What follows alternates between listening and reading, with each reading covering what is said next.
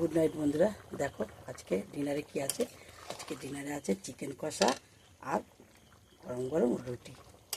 তা দেখো কত তেল মশলা কম দিয়েছি, না দেওয়ার মতন, কারণ এতটা পরিমাণে গরম আজকে, যার কারণে আমাকে তেল মশলা কম দিয়ে রান্না করতে হচ্ছে। আর রাতের এটা রান্না করার কারণ একটাই, হয়তো তোমরা বলবে প্রচণ্ড গরম এইসবগুলো খাচ্ছ কেন। হ্যাঁ, কারণটা হচ্ছে তখন আমরা ভাজাভুজি খেয়েছি, ভাজাভুজি দিয়ে ভাত খেয়েছি লাঞ্চে। কিন্তু রাতেরবেলা তো সব একটা ছেলেরা বাড়িতে থাকে, তারা তো ভাজাভুজি দিয়ে খেতে পারবে না, তাদের তো ভাতে মাখানোর কিছু চাই। আর কেউ ভাত খাবে, কেউ রুটি খাবে, তার জন্য আমার এই ব্যবস্থা করতে হয়েছে।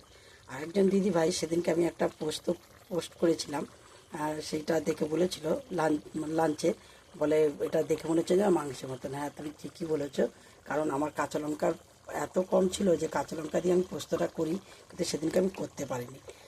কাশ্মীরি তীখা লাল দিয়ে করেছি, যার জন্য মানে তরকারিটা লাল টকটক হয়েছে, কিন্তু ঝাল হয়নি। তো ধন্যবাদ, এই পর্যন্ত আমার ভিডিওটা।